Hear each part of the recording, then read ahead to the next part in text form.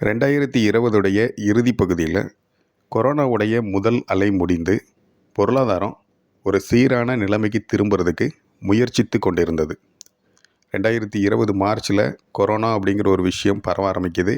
அது ரொம்ப பயங்கரமானது அப்படின்ட்டு கடுமையான கட்டுப்பாடுகளை, லாக்டவுன் விதிகளை கொடுத்துருந்தாங்க இந்திய அரசு. அதை தொடர்ந்து 6 மாதங்களுக்கு நம்ம ஃபாலோ பண்ணோம். இந்திய பொருளாதாரம் இயங்க கிடையாது, ஸ்தம்பிச்சு போயிருந்தது. தொழிற்சாலைகள் இயங்க கிடையாது, பள்ளி கல்லூரிகள் இயங்க கிடையாது. பெருநிறுவனங்களில் வேலை பார்க்கக்கூடிய நபர்களுக்கு, ஐடி துறையில் வேலை பார்க்கக்கூடிய நபர்களுக்கு ஒர்க் ஃப்ரம் ஹோம் அப்படிங்கிற மாதிரியான டாஸ்கில் அவங்களுடைய வேலைகளை தொடர்ந்துக்கிட்டு இருந்தாங்க.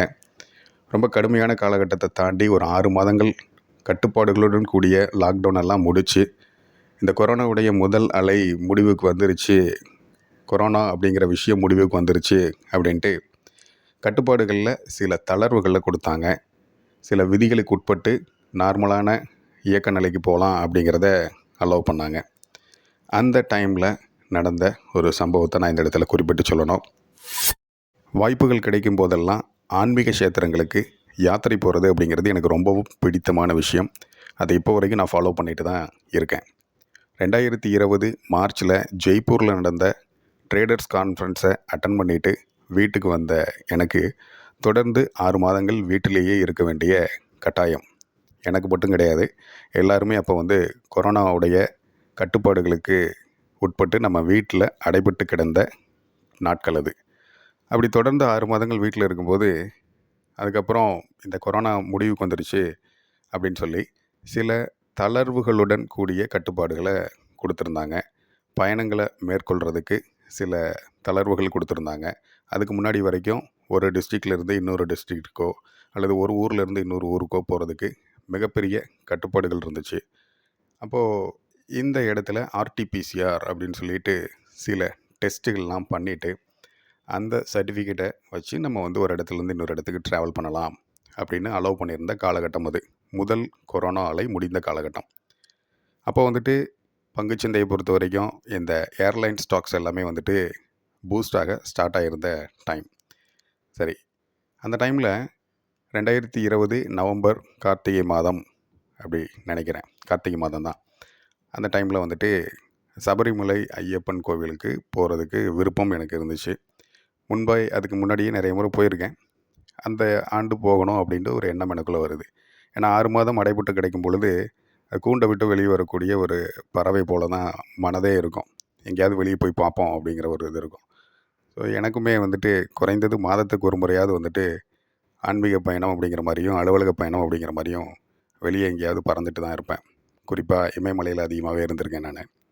ஸோ அந்த 6 மாதம் எனக்கு அடைபட்டு கிடந்த ஒரு அழுத்தம் ஆன்மீக பயணத்தை மேலும் தூண்டுச்சு. அப்போது கேரள அரசும் கூட இந்த கோவிலுக்கு க்ஷேத்திரத்துக்கு வரக்கூடியவங்க ஆர்டிபிசிஆர் டெஸ்ட் இதெல்லாம் எடுத்துருக்கணும், ரிப்போர்ட்ஸ்லாம் சப்மிட் பண்ணணும் அப்படின்லாம் சொல்லியிருந்தாங்க. அது எல்லாமே எடுத்தாச்சு. ஒரு 48 நாட்கள் விரதம் இருந்து கோவிலுக்கு செல்கிறதுக்கு தயாராகிக்கிட்டு இருந்த நேரம் அது. 2021 ஜனவரி 1ஆம் தேதி சபரிமலை க்ஷேத்திரத்தில் ஐயப்பனை தரிசனம் பண்ணுறதுக்கு ஆன்லைனில் அப்பாயின்மெண்ட் போட்டாச்சு.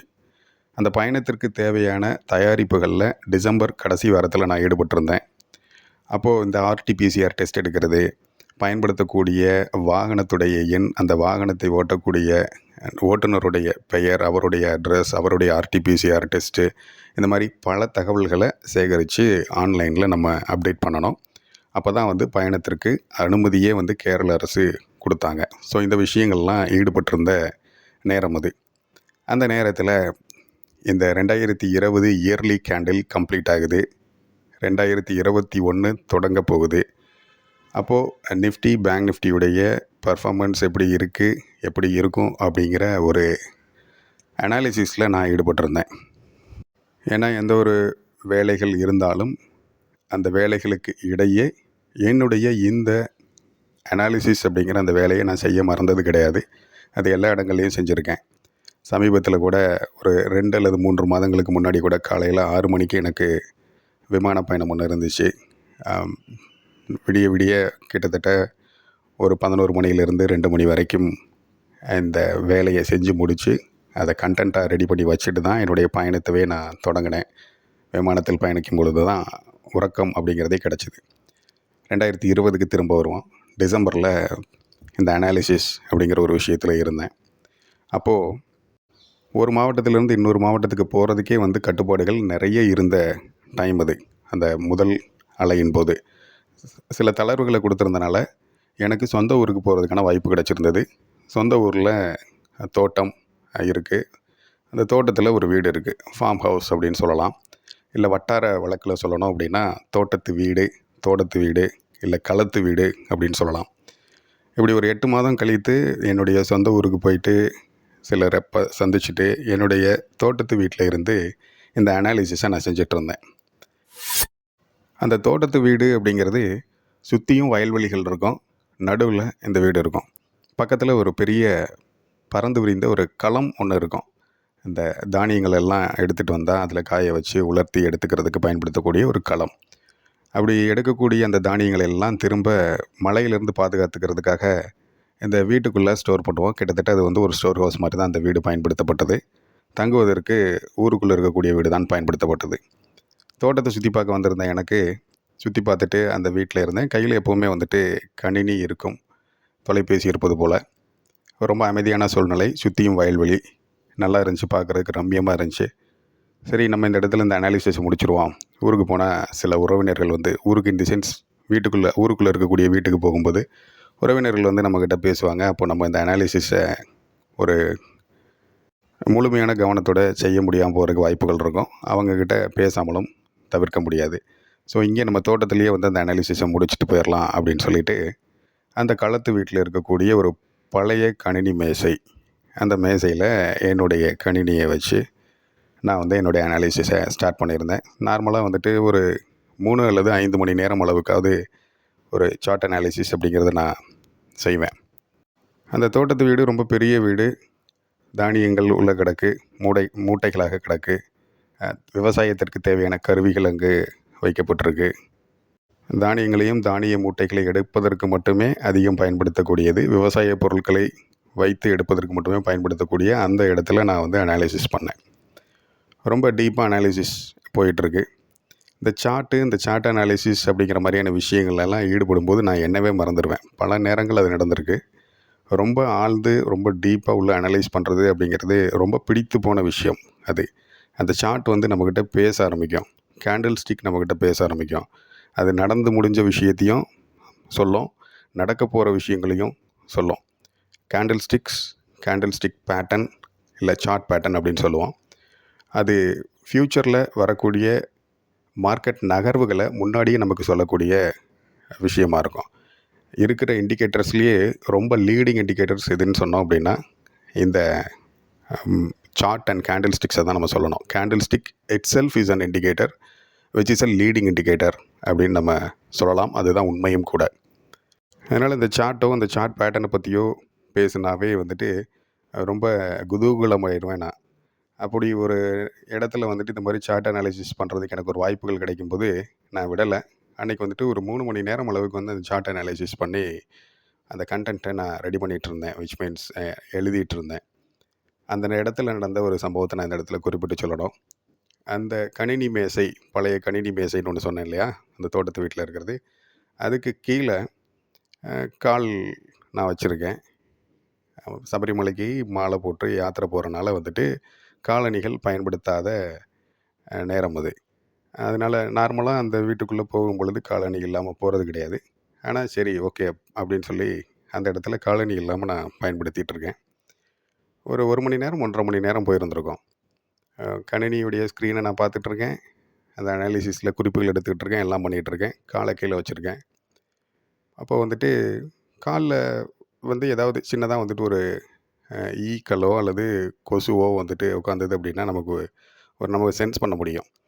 ஏதோ வந்து உட்காருது அப்படின்னு சொல்லிட்டு ஒரு காலை எடுத்து இன்னொரு காலை தேய்ச்சி அதை வந்து நம்ம துரத்தி விடுவோம் அல்லது வந்துட்டு தட்டி விடுவோம். அதை பார்க்கக்கூட மாட்டோம். அதை லெஃப்ட் ஹேண்டில் டீல் பண்ணுறதுன்னு சொல்லுவோம்ல. ரொம்ப பெரிய முக்கியத்துவம் கொடுத்து என்னடா அது அப்படின்லாம் பார்த்து அதுக்கு வந்துட்டு வியூகமெல்லாம் அமைச்சு நம்ம வந்து அதை செய்ய மாட்டோம். அப்படி அனிச்சை செயல் அப்படின்னு சொல்லலாம், ரிஃப்ளெக்சிவ் ஆக்ஷன் அப்படின்னு சொல்லலாம். அந்த மாதிரி ஏதோ காலைல படுது அப்படின்னு சொல்லி இப்படி தட்டி விட்டுட்டு நம்ம வேலைகளை செஞ்சுருப்போம் இல்லையா, அந்த மாதிரி அந்த வேலையை நான் செஞ்சிட்ருந்தேன். அந்த ஆனால் எனக்கு நல்லாவே தெரியுது, நான் ஸ்க்ரீனை பார்த்துட்ருக்கேன், சார்ட் அனலைஸ் பண்ணிகிட்ருக்கேன், சார்ட்டில் மூழ்கி போயிட்டேன் அப்படிங்கிறது நல்லாவே தெரியுது. காலில் என்னமோ ஏறிக்கிட்டு இருக்கு அப்படிங்கிறதும் தெரியுது. அது வந்து ரொம்ப பெரிய அளவில் இருக்கக்கூடிய ஒரு விஷயமா இருந்தது அப்படின்னா கண்டிப்பாக பார்த்துருந்துருப்பேன். அது அந்த அளவுக்கு இல்லை, ஏதோ சின்ன பூச்சி மாதிரியோ இல்லை ஏதோ ஒன்று சரி அப்படின்னு சொல்லி காலைல நான் 2-3 தடவை நான் தட்டி விடுறேன். இது தொடர்ந்து ஒரு 5 நிமிஷம் நடக்குது. அந்த 5 நிமிஷமுமே நான் வந்துட்டு என்னுடைய ஸ்க்ரீன்லேருந்து என் கவனத்தை நான் எடுக்கவே இல்லை. 5 நிமிடம் அப்படிங்கிறத விட 10 நிமிடம் 15 நிமிடம்னு கூட வச்சுக்கலாம். என்னால் இப்போ சரியாக அதை ஞாபகப்படுத்தி எடுத்துக்க முடியல. அப்படி கிட்டத்தட்ட இந்த 3 மணி நேர அனாலிசிஸ்லாம் முடித்து கண்டென்ட்லாம் ரெடி பண்ணதுக்கப்புறம் எல்லாமே வந்து சுபமாக முடிந்தது. எல்லாத்தையும் எடுத்து வச்சுட்டு சரி வீட்டுக்கு போவோம் அப்படின்னு சொல்லி கிளம்பியாச்சு. எல்லாம் பண்ணி முடிச்சாச்சு. திரும்ப அடுத்த நாள் வந்துட்டு அதே களத்து வீட்டுக்கு வரேன், தோட்டத்து வீட்டுக்கு வர்றேன். கூட என்னுடைய உடன் பிறந்த தம்பியும் வராரு. அப்போ வந்து தோட்டத்தில் சில விஷயங்கள் செய்ய வேண்டியிருந்தது. அது எல்லாத்தையும் பார்த்துட்டு 2 பேரும் பேசிட்டு திரும்ப இந்த களத்து வீட்டுக்குள்ளே வரும் பொழுது அந்த 2020 முடியக்கூடிய காலண்டர் ஒன்று இருக்குது இல்லையா, அது வந்து கீழே கிடக்கு.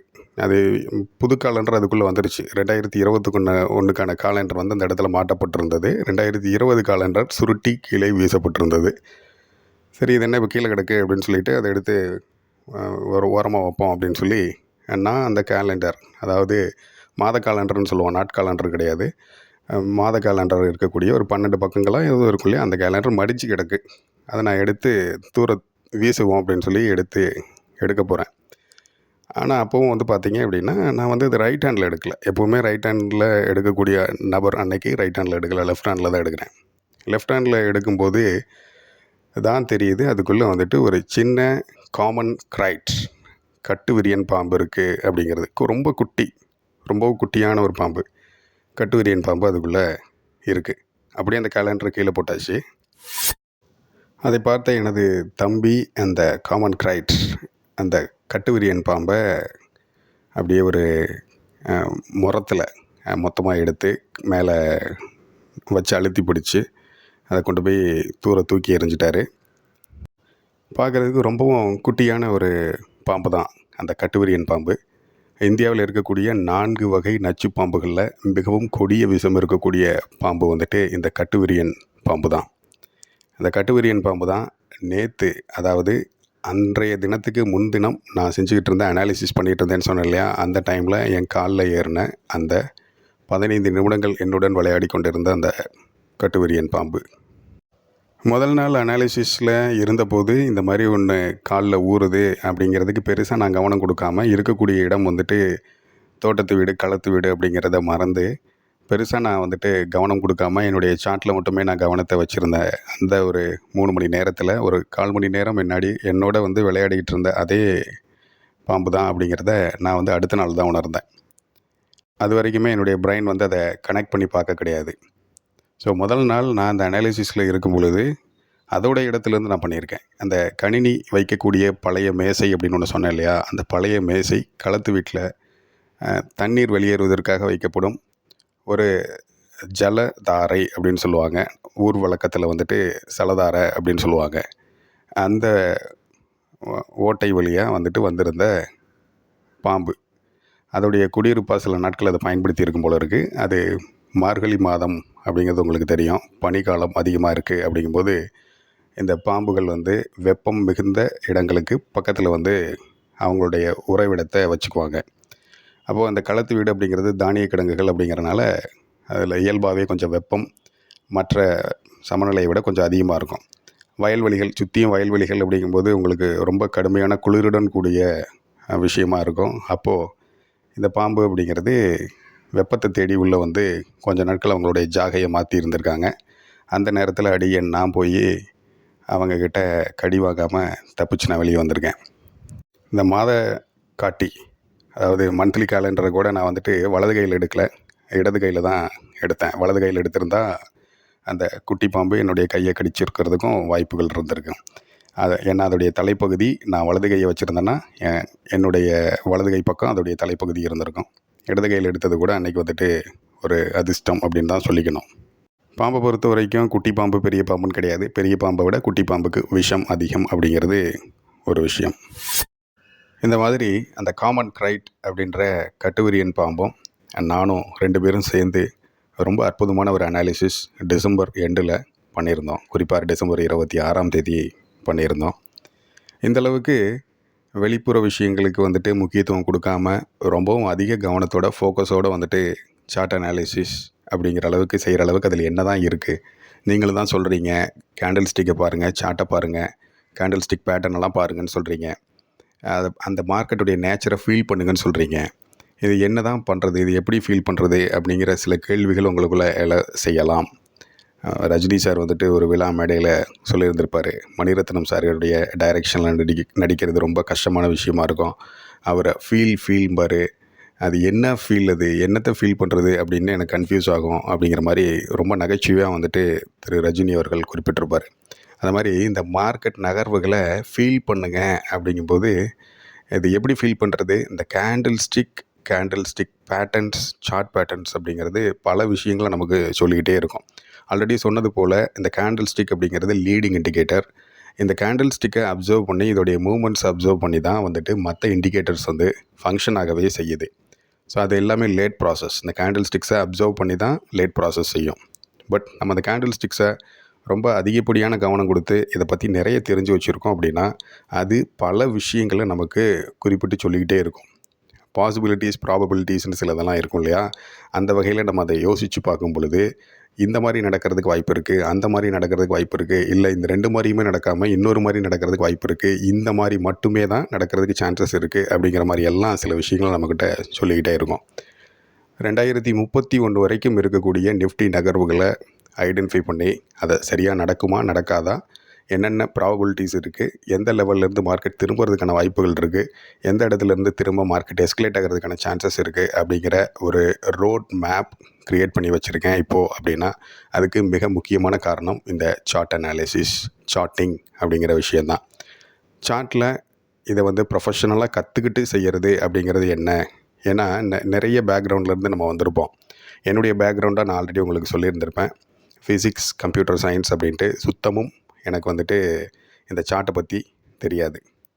இதை வந்து நான் தெரிஞ்சுக்கிட்ட விஷயம் கடந்த 12 வருடங்கள் சொல்லலாம். 15 வருடங்கள் பங்குச்சந்தையில் பயணித்து கொண்டிருந்தாலும் இந்த சார்ட்டோட பயணிக்கிறது வந்து 12 வருஷம். இந்த 12 வருஷத்தில் எந்த புக்கில் நான் வந்து இந்த கேண்டில் ஸ்டிக் அப்படிங்கிறத நான் கவனம் கொடுத்து பார்க்க ஆரம்பித்தேன் அப்படிங்கிறத நான் உங்களுக்கு சொல்லி அந்த புக்கை கூட நான் உங்களுக்கு ரெஃபர் பண்ணியிருக்கேன். ஐ ஹோப் நீங்கள் எல்லாருமே அதை படிச்சுட்ருப்பீங்க அப்படின்னு நான் நினைக்கிறேன். ஸோ இந்த சார்ட்டுக்கும் கேண்டில் ஸ்டிக்கும் முக்கியத்துவம் கொடுக்க ஆரம்பித்து இதை அனலைஸ் பண்ணும் பொழுது இந்த மாதிரியான விஷயங்களை எல்லாத்தையுமே என்னால் கேட்ச் பண்ண முடிஞ்சிருக்கு.